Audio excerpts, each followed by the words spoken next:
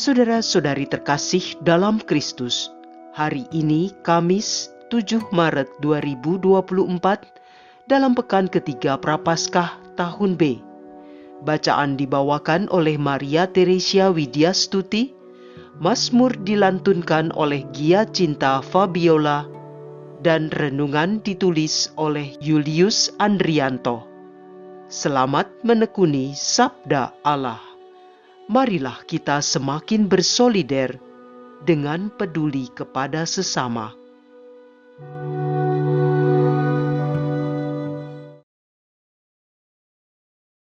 Dalam nama Bapa dan Putra dan Roh Kudus. Amin.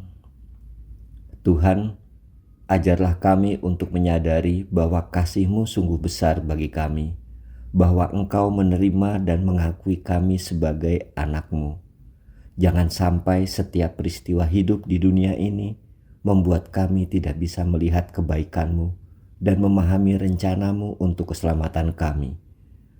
Semoga kami semua menyadari akan kehadiran-Mu dalam kehidupan kami, kini dan sepanjang masa. Amin. Bacaan dari kitab Yeremia bab 7 ayat 23 sampai dengan 28. Beginilah firman Tuhan. Inilah yang telah kuperintahkan kepada mereka. Dengarkanlah suaraku, maka aku akan menjadi Allahmu dan kamu akan menjadi umatku. Dan ikutilah seluruh jalan yang kuperintahkan kepadamu, supaya kamu berbahagia. Tetapi mereka tidak mau mendengarkan dan tidak mau memberi perhatian, melainkan mereka mengikuti rancangan-rancangan dan kedegilan hatinya yang jahat. Dan mereka memperlihatkan punggungnya dan bukan mukanya. Sejak nenek moyangmu keluar dari tanah Mesir sampai waktu itu, aku mengutus kepada mereka hamba-hambaku para nabi, hari demi hari terus menerus.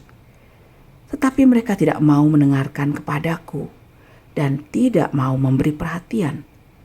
Malahan mereka menegarkan tengkuknya, berbuat lebih jahat daripada nenek moyang mereka. Sekalipun engkau mengatakan kepada mereka segala perkara ini, mereka tidak akan mendengarkan perkataanmu. Dan sekalipun engkau berseru kepada mereka, mereka tidak akan menjawab engkau. Sebab itu, katakanlah kepada mereka, inilah bangsa yang tidak mau mendengarkan suara Tuhan Allah mereka, dan yang tidak mau menerima pengajaran. Ketulusan mereka sudah lenyap, sudah musnah dari mulut mereka. Demikianlah sabda Tuhan.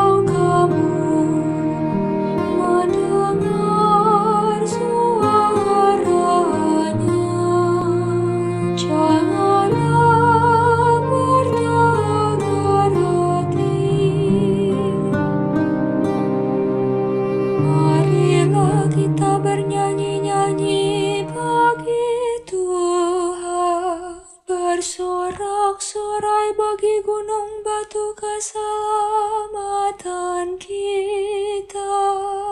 Biarlah kita menghadap wajah-Nya dengan nyanyian syukur. Bersorak-sorai bagi-Nya dengan nyanyian mazmur.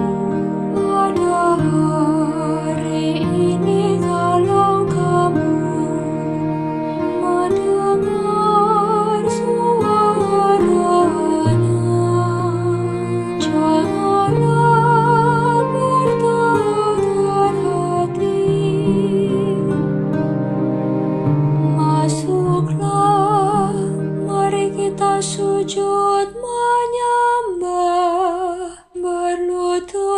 hadapan Tuhan yang menjadikan kita, sebab Dialah Allah kita. Kita ini umat gembalaannya dan kawanan dombanya. Pada hari ini kalau kamu mendengar suaranya,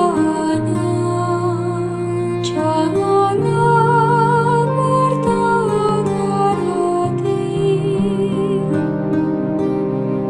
Pada hari ini kalau kamu mendengar suaranya, janganlah bertegar hati seperti di Meribah, seperti waktu berada di masa di padang gurun, ketika nenek moyangmu mencobai dan menguji aku, padahal mereka melihat perbuatanku. Pada hari ini kalau kamu mendengar suaranya, janganlah bertekar hati.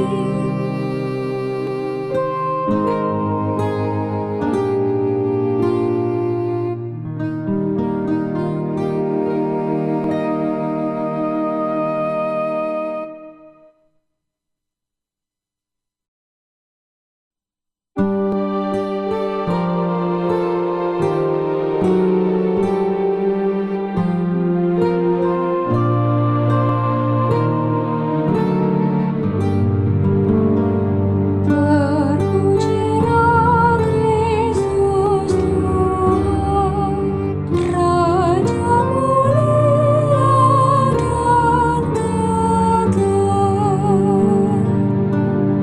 Berbaliklah kepadaku dengan segenap hatimu, sabda Tuhan, sebab aku ini pengasih dan penyayang. Terpujilah Kristus Tuhan, Raja mulia dan kekal.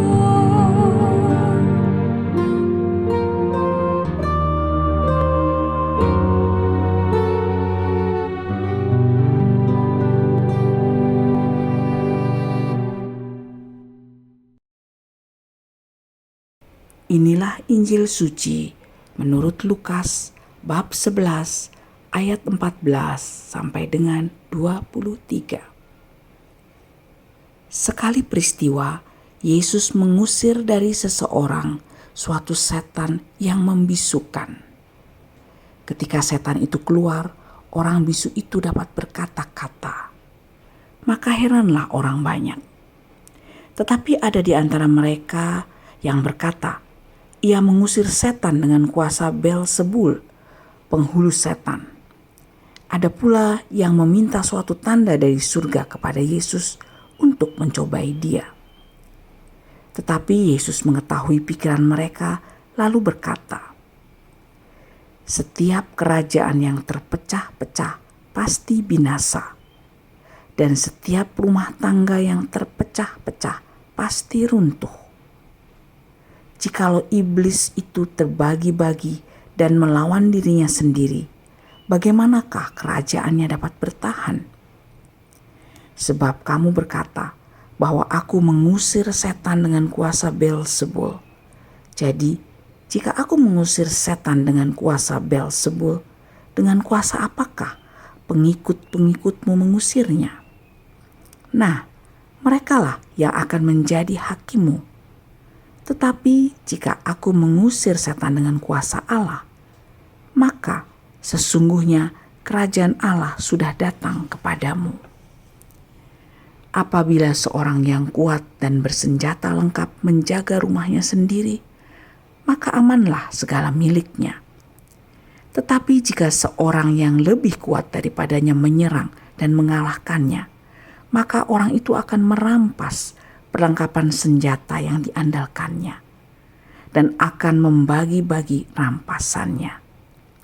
Siapa tidak bersama aku, ia melawan aku. Dan siapa tidak mengumpulkan bersama aku, ia mencerai-beraikan. Demikianlah sabda Tuhan.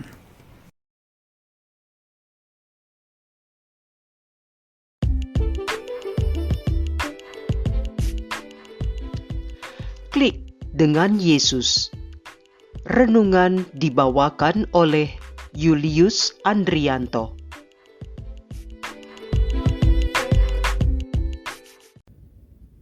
Ibu bapa dan saudaraku terkasih, sejak dulu Allah mengajak manusia untuk mengikuti jalannya, memenuhi undangannya, agar manusia memahami rencananya, yang sudah pasti dan tentu membawa kepada keselamatan bagi umat manusia. Sayangnya, tidak semua manusia memberikan tanggapan positif. Manusia cenderung untuk mengabaikan, bahkan menolaknya. Tidak semua tentunya. Ada yang mengikuti walaupun terseok-seok, jatuh dan bangun. Ada juga yang mengabaikannya. Kalau boleh saya sebut, ada juga manusia yang agak lain, meminjam judul film yang belakangan ini beredar. Yang lain berupaya sedemikian rupa mengikuti jalannya, kenapa sebagian lain tidak mau?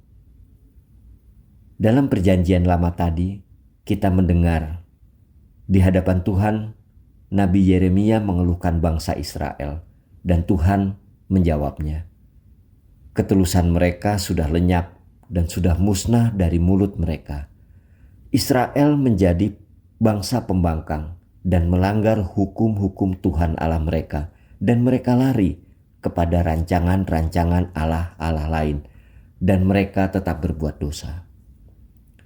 Juga pada Injil hari ini, Yesus menunjukkan cara yang amat sangat sederhana agar manusia bisa klik dengan Allah, agar manusia bisa satu frekuensi dengan rencana Allah. Manusia ditunjukkan, diperlihatkan, bahkan menyaksikan sendiri kuasa Allah atas pengusiran roh jahat oleh Yesus. Lah kok masih memiliki pertanyaan-pertanyaan lain? Kuasa dari mana? Kekuatan itu dari mana? Buktinya apa? Lalu tindakan Yesus masih kurang apa? Jadi siapa yang agak lain dalam hal ini? Ibu bapak dan saudaraku terkasih, Yesus dituduh mengusir setan dengan kuasa Beelzebul, dan Yesus dituduh juga bersekutu dengan penghulu setan. Bahkan juga di antara mereka meminta tanda dari surga.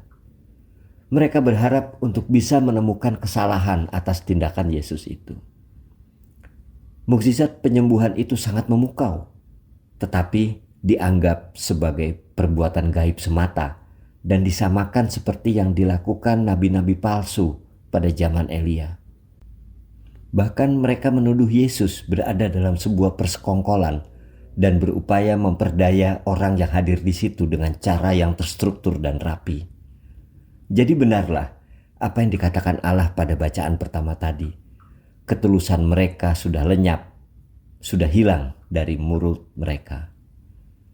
Sungguh disayangkan, karena kekerasan hati orang-orang Farisi dan ahli-ahli Taurat telah menutup diri dan tidak mau terbuka menerima kuasa Allah, memungkiri tanda keselamatan yang diberikan Allah melalui kehadiran Yesus. Mereka menutup mata hati sehingga tidak tahu siapakah Yesus yang ada di depan mata mereka sendiri, yang telah membuktikan kuasa Allah. Yesus menegaskan kuasa dan otoritasnya untuk mengusir setan sebagai aksi yang jelas dari kuasa Allah. Perbuatan yang dilakukan Yesus menegaskan bahwa Allah telah hadir dengan kuasanya melalui putranya yang tunggal untuk membebaskan manusia dari ikatan belenggu kuasa gelap. Kegelapan tentunya tidak akan dikompromi oleh kuasa terang. Nanti malam Paskah kita akan melantunkan sebuah misteri terang Kristus cahaya dunia, syukur kepada Allah. Sambil kita berlutut dan menyembah. Ibu bapa dan saudaraku terkasih, ketaatan kepada Allah adalah satu-satunya yang dituntut dari kita, yaitu mendengarkan Dia. Tetapi kita kerap agak lain dengan menutup diri kita juga, lebih memilih jalan yang mudah, memilih yang nyaman sesuai dengan keinginan kita sendiri. Betapa sukar meninggalkan cara hidup kita yang lama. Betapa sulit memiliki hati yang peka terhadap kehadiran Allah. Betapa banyak juga yang mengukur kualitas hidup keagamaan adalah sama dengan peristiwa yang hinggap dalam hidupnya. Semakin sukses, semakin hebat, semakin makmur, semakin percaya bahwa Tuhan berpihak kepada dirinya. Ini sama saja dan identik dengan meminta tanda dari surga. Kebalikannya, apakah jika tidak sukses, tidak hebat, tidak makmur, itu karena Allah tidak berpihak kepada manusia? Tidakkah Allah juga hadir bagi mereka yang menderita dan terpinggirkan? Dan sadarkah kita bahwa Allah akan meminjam diri kita ini untuk berbuat sesuatu kepada mereka? Hati adalah pusat kepribadian manusia. Dari dalam hati muncul segala yang baik dan segala yang tidak baik. Oleh karena itu, kita perlu menjaga kepekaan hati dan melatih hati nurani, dan membiarkan hati kita juga berolahraga bersama Yesus, agar hati kita terus menjadi sehat hari demi hari. Kekerasan hati hanya akan membuat kita gagal melihat rencana Allah dalam hidup kita dan merasakan kebaikannya. Janganlah kita berkeras hati. Janganlah juga menguji Allah dengan sebuah pembuktian duniawi. Padahal kita sebenarnya sungguh bisa melihat peran Allah dalam hidup kita masing-masing. Amin. Marilah kita berdoa. Allah Bapa sumber pengharapan, Engkau telah mengikat perjanjian dengan semua orang melalui Yesus yang terurapi. Semoga dalam masa Prapaskah ini kami dapat memperbaharui hidup kami, menjadi umat yang patuh dan setia, serta selalu berpegang kepada cinta kasih Putra-Mu, Tuhan dan pengantara kami. Amin. Dalam nama Bapa dan Putra dan Roh Kudus. Amin.